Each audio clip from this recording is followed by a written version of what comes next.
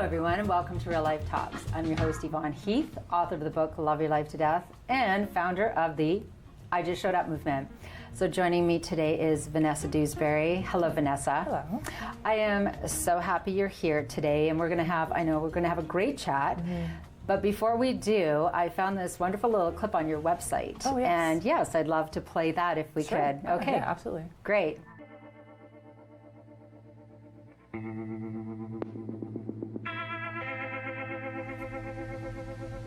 And one day you wake up and wonder who you've become, where you went, and how long ago you lost yourself. Your spirit seems broken. Your zest and curiosity for life have faded, and you feel as though you're going through the motions, watching everyone else live their lives. You spent years pouring your heart into everything, for everyone. And while you were busy giving your heart away, you gave yourself away too. In the process of burying your true self, you took on the labels of mother, wife, husband, friend, employee, and you forgot all the things that bring you true joy.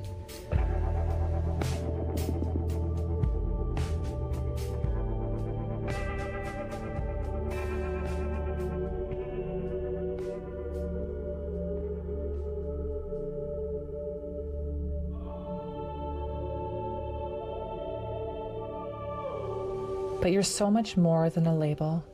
You're more than a title. You are a nurturer, a lover, a unique, creative, and intelligent being who bears all with grace and sometimes with a forced smile to protect the ones you love.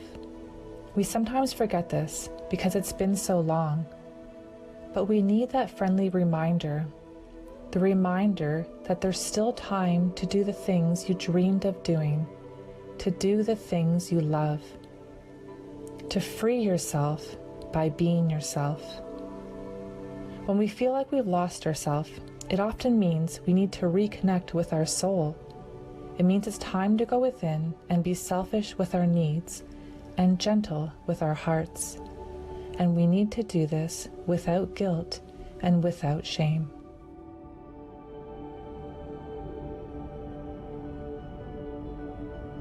I love that clip.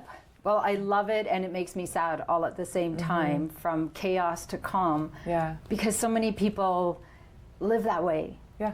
In the fast lane and they're no longer happy and they've forgotten themselves. Yeah.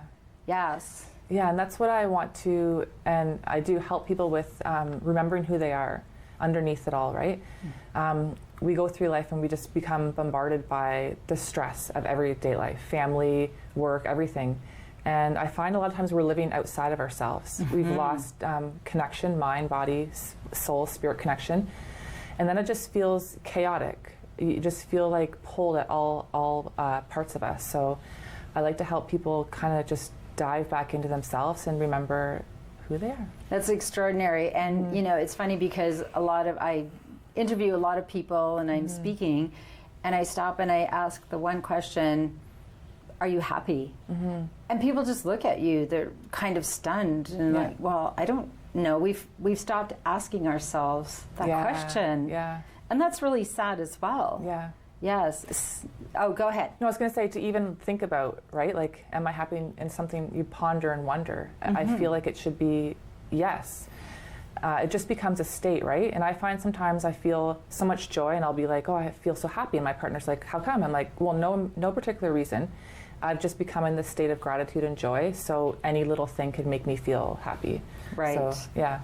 And I think that is something, it's a state of mind. It's not, you're not always going to feel, woohoo, I'm jumping for joy every moment, but it's an overall state of mind. Yeah. And I think it's a goal we're striving for. Yeah. So what brought you on this journey that well, first of all, you've authored this tremendous book, and I have to show, Heart is where the home is. I love that title. And I have read 3/4 of the book. As I told you, I read it when I was out in Kelowna, BC. Yeah. And I was going to finish it on the plane. And I decided to, well, I just confess, just watch movies instead because I could. Sometimes you need that. Yeah, and that's what I needed. Yeah, that's what I needed at the time. But I really, really love your book because, yes, well, there's so many gifts in it. And each page, you can just pick it up anywhere and read a page. And it's, just, I love it because I've done that and I've said, what do I need to read today? Yeah. And then I just come and it's, well, you'll see. I see it highlighted. You see it's very highlighted, very dog-eared, very highlighted. But it just, everything kind of speaks to you. Simple language. It's told simply, but with a tremendous impact. Yeah. So it's a beautiful book. And actually, I recommend that everybody reads this book. So tell me about what brought you on this journey and to write this wonderful book. Well, I wanted to write the book. I wanted it to be simple and easy to take in because in an overwhelmed world, I didn't want it to be like so much work that it's hard for people to take in, right? Yes. So I wanted it to be an easy, simple read, but be powerful and profound. And a lot of people do say they read it, and it's almost like a soul resonation. Like you remember stuff. You read it and you remember, almost maybe from childhood. You remember who you were when you were young and youthful and full of joy and happiness. It takes you back to that place. But I experienced health issues in 2012. Okay. And that what I was doing was I was carrying around a lot of unconscious emotions from the past, which we all do. Yes. Past pain, past trauma. And it started coming out of my body physically. So I had hives all over my body, hot flashes. It was insane. So for like 3.5 years, I didn't know what was going on. Oh, that's a long time. It was a long time. And that was the time for me to go back in. Like I did meditations and kind of release what I was holding on. I did like letters of forgiveness to people, which is so important because it's clearing that space, right? When we have unforgiveness for things that happen to us, it's taking up residence in our body and it's like lower energy.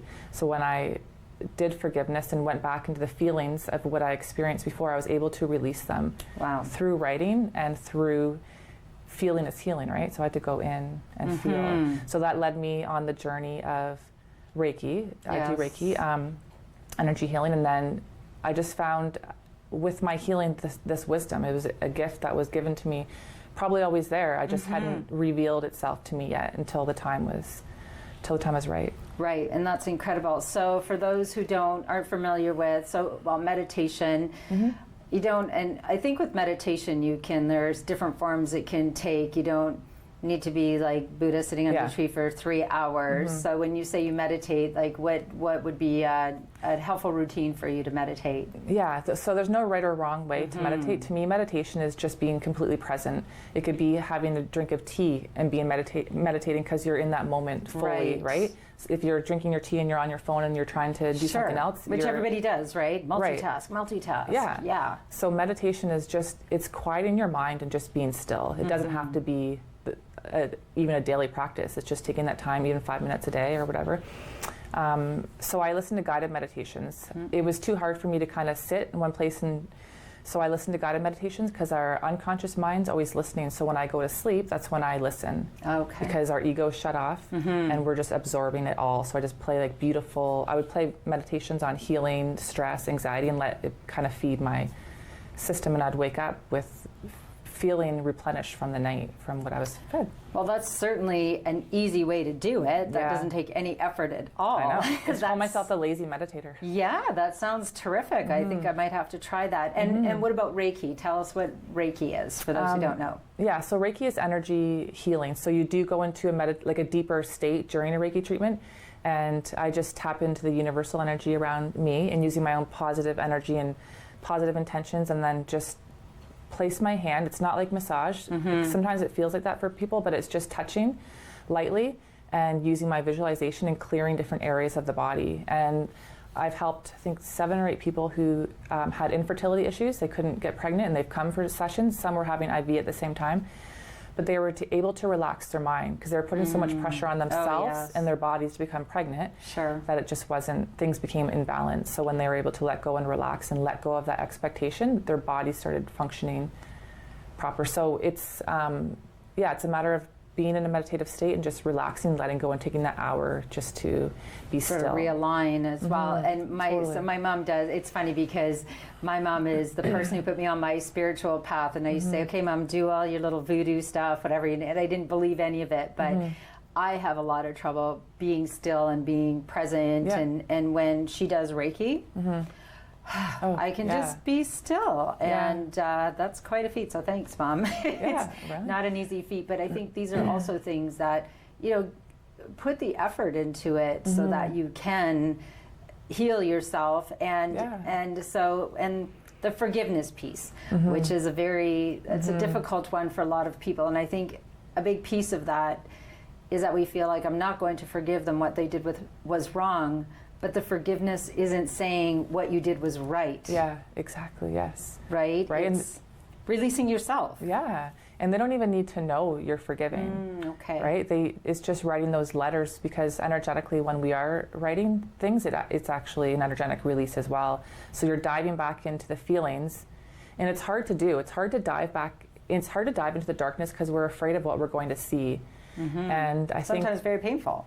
Yeah, mostly it is very painful because you're facing things that you pushed aside. Yes. So to have to go back in can be a challenge and very daunting. But I feel like it's the only way to release and let go. And yeah, forgiveness is a very important part of my coaching program as well, because I want to encourage people to clear that space and to let go what no longer serves you purpose, right? It just doesn't. Well, we only have so much room. I know, right? And if it's full of anger and anxiety and unforgiveness, right there, and resentment, there's not a lot of room for everything else. And if we picture holding on to lower heavy emotions, we actually feel weighed down. So the more you let go, the more your energy rises. And I have people that have their sessions and they come back up and they always say the same thing, that they feel lighter because they've let go, and they're like, oh, whatever I was worried about before doesn't seem as big anymore. Right, incredible. And so you had health issues that got you on this journey, and so with the meditation and Reiki and forgiveness, how were your health issues resolved better? How did things change for you? I had something called candida, which is an overgrowth of yeast in our body. So we all have that, but sometimes medication can make it even more. Yes. So that's what was happening. It was like running rampant in my body. But I do believe a lot of it too, I believe there's always a root of something, right? So I believe that it was also the unconscious emotions that I hadn't released. Because some things, and I'm sure you know, you can talk about something from like 10 years ago and still feel the energy, the emotion, like either anger, sadness, sorrow. That means it's still so present. So it's not like we forget things that happen, but it's almost like we make peace. And I wrote a quote the other day, how anger comes from the parts of us that we're not fed enough love. Wow. And even from ourselves, right? Yeah, and we do get stuck in that, don't we? Yeah. And it is sometimes work to get unstuck, or at least making an effort and saying, you know, one step at a time to kind of dive in. Yes. And I'm just going to read, so you are a Reiki master teacher, mindset and self-development coach. And when I loved what I wrote, or I read on your website here, you are not alone. We often reach a point in our lives when we feel lost, alone, stressed, anxious, unhappy, and unbalanced. And so many people are feeling that in this abundant society, right? And what do you think is, I mean, there's so many reasons, but why are so many of us just stuck in this chaos? I think a lot of times we're doing things that we don't enjoy and love. So as a society, we need to work and do. But I think sometimes we just are going to jobs that we don't love. We're in relationships that we aren't no longer happy. We just don't know how to maybe get unstuck, like you said.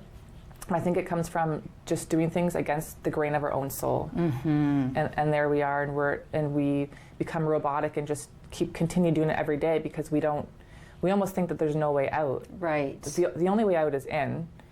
Then we realize how we can understand how to get out and how to make changes and conscious change to create new things. But yeah, part of my coaching is mindset and self-development, but I do spiritual life coaching, And that's an aspect of it, is like looking at our limited beliefs, and self-awareness, which is really key.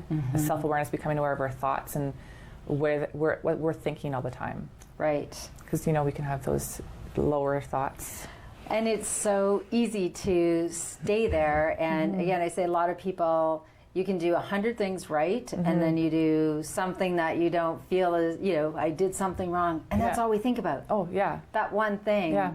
And the other piece, I think, is we don't as a society give each other enough positive feedback, or you know, we talk, oh, I'm so stressed, I'm so busy, and if you say, imagine in a room full of really busy people, you said, well, you know what, tomorrow I'm going to take the time to meditate and do Reiki and be very mindful, and everyone would be like, what? No.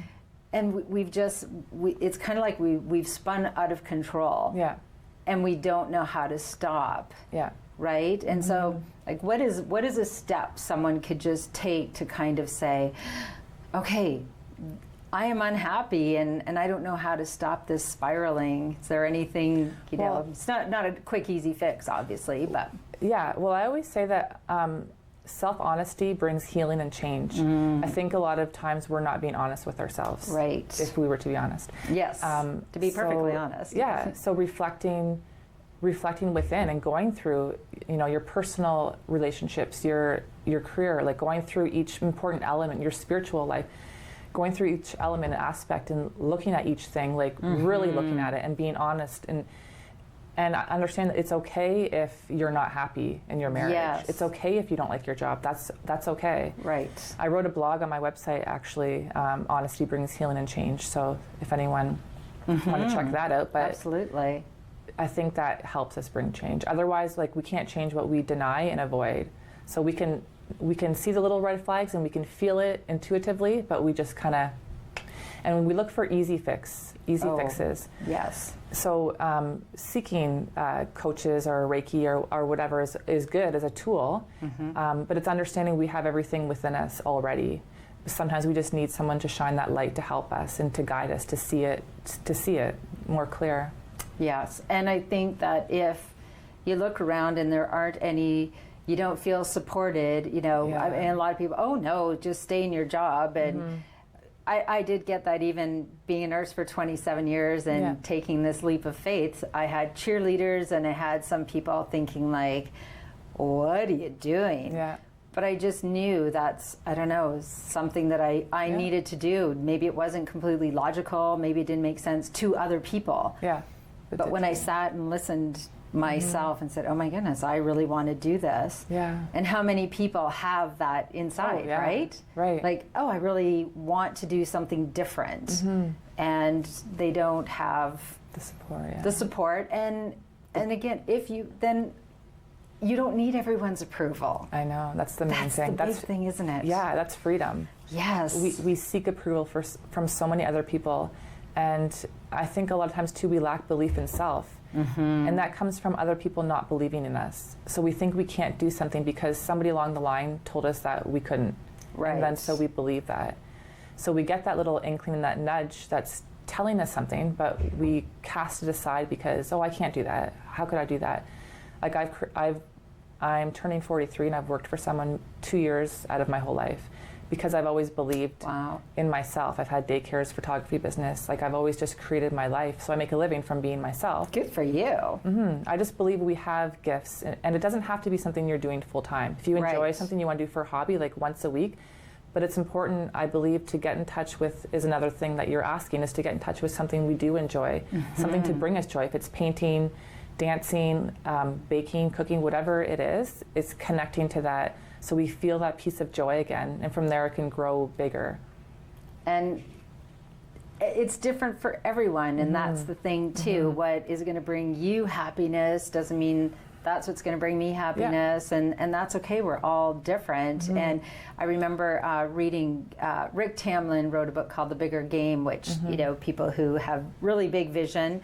And he was interviewing someone who was in corporate America and was very unhappy. And it was the same thing. Rick said, what do you love to do?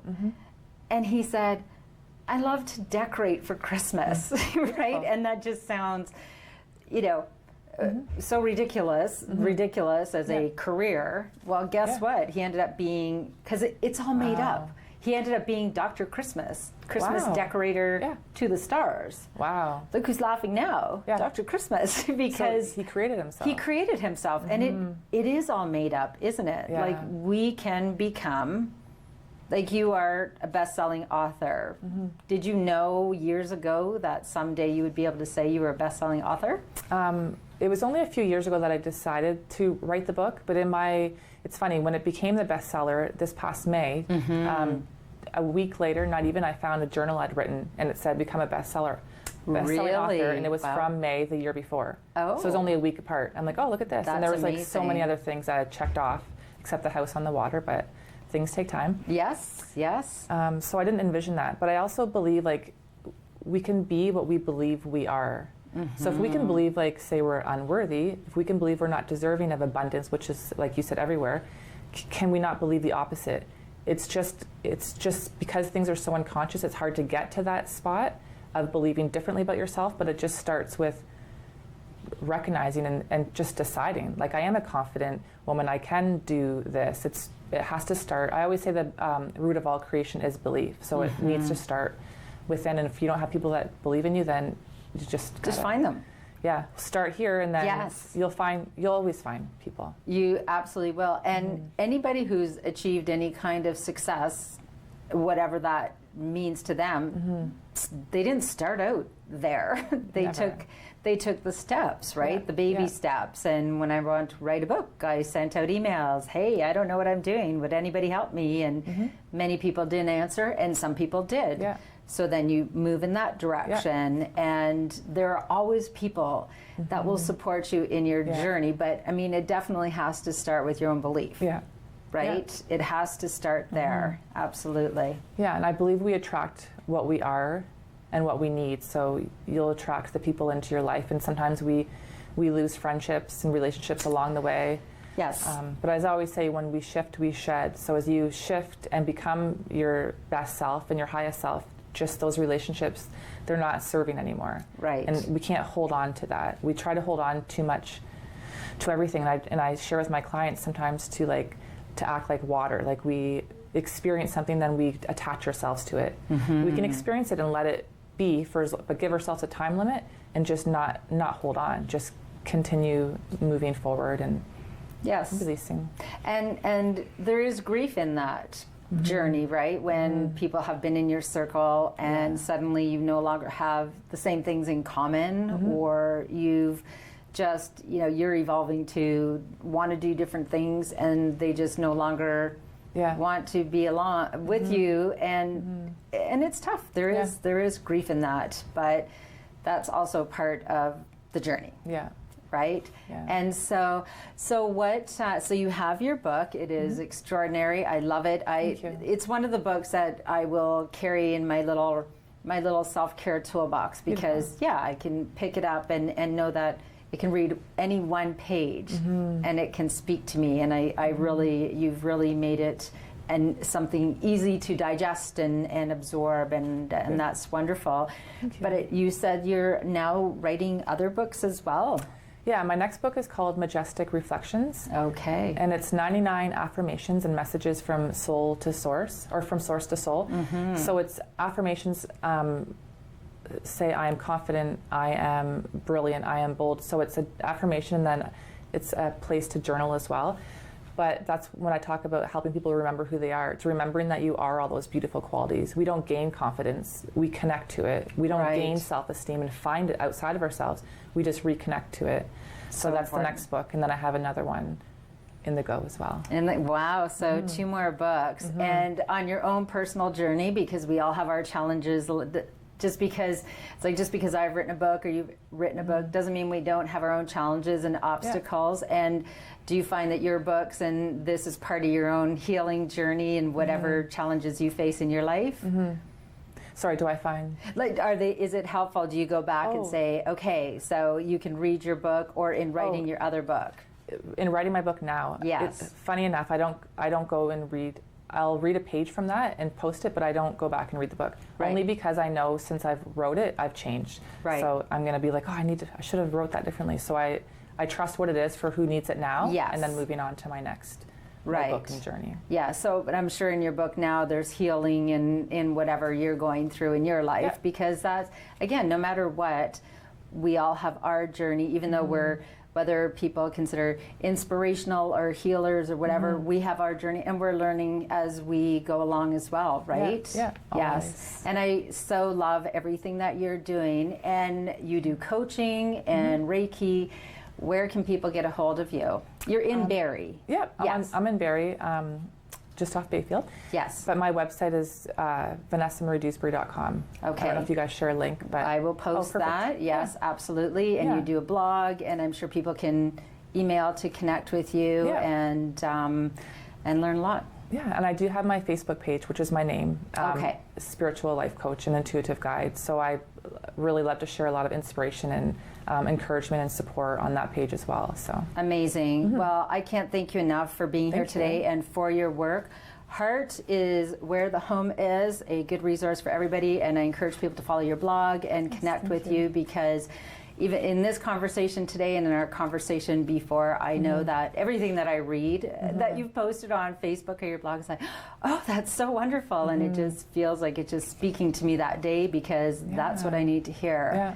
So sharing from the heart, and thank you for having me. I'm was so lovely. thrilled. Yes, I know that we'll connect again. Yes, of course. Yes, thank you so much. Thank you as well. So this has been Real Life Talks, and it is a show about learning how to just show up for yourself, just show up for others, so you can be empowered and resilient.